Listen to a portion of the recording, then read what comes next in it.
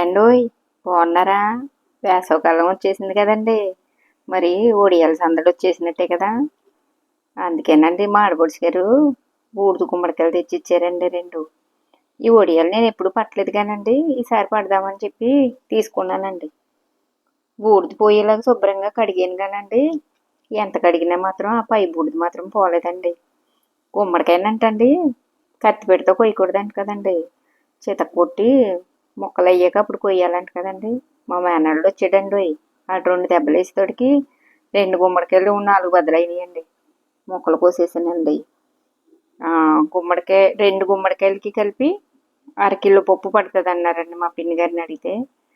అరకిలో పప్పు నానబెట్టాను, పొట్టు మినపప్పు నానబెట్టానండి.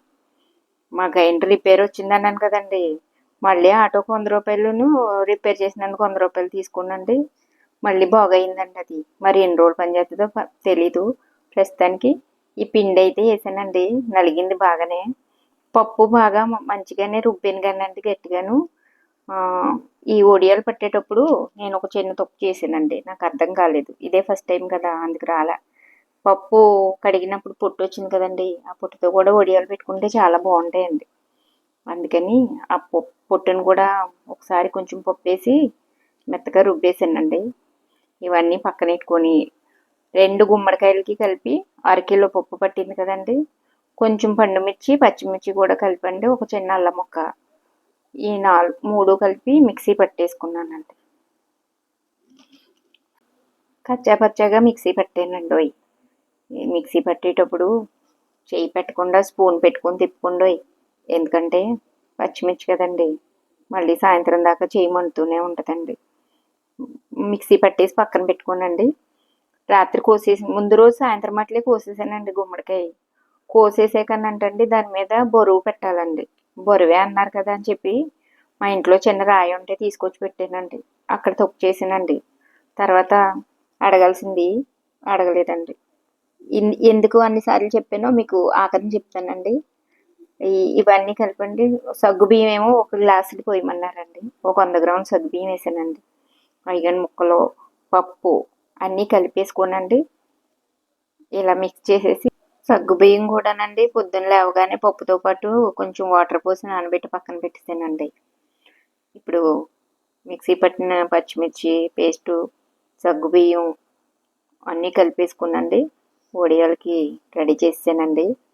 ఒడియాలు పెట్టడానికి చోటు సరిగా లేదండి, అందుకని మా ఇంట్లో ఒక మడత మంచం ఉందండి, ఆ మంచం వేసేసండి దాని మీద ట్రై చేసామన్నమాట.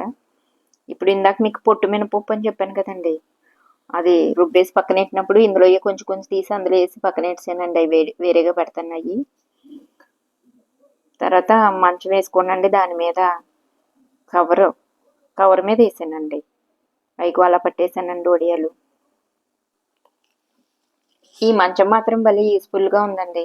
ఎవరన్నా చుట్టాలు వచ్చినప్పుడు తీసుకొని వేసుకునేలాగా, అక్కర్లేనప్పుడు మడిచి పక్కన పెట్టేసుకోవచ్చండి. పైగా ఇలా ఒడియాలు పట్టినప్పుడు కూడా బాగా పనిచేస్తుందండి. ఈ మంచం ఎలా ఉంటుంది అనేది ఈసారి మీకు ఒక షార్ట్ వీడియో పెట్టి చూపిస్తానండి. చాలా యూస్ఫుల్గా ఉందండి. చక్కగా ఒడియాలు అయితే అలా పెట్టేసామండి. తర్వాత పొట్టు మినపప్పు తీసాం కదండి, దాంతో మా పిన్ని గారు పడుతున్నారండి ఒడియాలు. మా మేనల్లుడు కూడా వచ్చాడండి, నేను కూడా పడతానత్త అన్నాడు. ఒరే నువ్వు ఒడియాలు పట్టావనుకో యూట్యూబ్లో పెట్టేస్తాను రా నిన్నంటే. పట్టి కూడా గమ్ములు వేసిపోయింది గాడే మా మేనల్లుడు, మా షన్నుగాడు, మా అమ్మాయిలందరూ పక్క నుంచి చూస్తున్నారండి, నేనేమో వీడియో తీస్తున్నాను అనమాట. పొట్టు ఒడియాలు కూడా పెట్టేసామండి. మొత్తానికి ఈ ఆరడానికి అయితే మాత్రం మాకు 4 రోజులు టైం పట్టిందండి. అంటే ఎండ కొంచెం తక్కువ వస్తుందండి మా వాకిట్లోకి. అదే మేడ మీద అనుకోండి ఒక 2 రోజుల్లో ఆరిపోను, కానీ మాకు 4 రోజులు పట్టిందండి ఈ ఆరడానికి. ఎందుకు అన్నిసార్లు తప్పు చేశాను అని అన్నానంటే అండి, ఈ మొక్కలో కోసి పెట్టేటప్పుడు అంటండి బాగా బరువు రుబ్బురోలు ఉంటుంది చూసారా, అలాంటిది అంత బరువు పెట్టాలంటండి. నాకు తెలియక చిన్న బరువు పెట్టానండి. పప్పు ఏమో గట్టిగానే రుబ్బాను, గారెల పప్పు, కానీ మొక్కల మీద బరువు పెట్టడం తప్పు చేశాను కదండి, అందుకని అందులో ఉన్న వాటర్ అంతా దిగలేదనమాట అండి. వాటర్ దిగిపోయి ఉంటే గట్టిగా వచ్చేయండి. ఒడియాలు అయితే బాగానే వచ్చాయి కానండి, పలచగా వచ్చాయి, కానీ ఏపుకుంటే మాత్రం సూపర్గా ఉన్నాయండి. కానీ గుమ్మడి ఒడియాలు తినాలంటండి మీరు కూడా దొరికితే ట్రై చేయండి. ఆ ఒడియాలు రాగా ఇదిగోండి అడిగినంత అలాగా పొడవు అయిపోయింది అనమాట. అదనమాట అండి సంగతి. వీడియో నచ్చితే లైక్ చేయండి, సబ్స్క్రైబ్ చేయండి.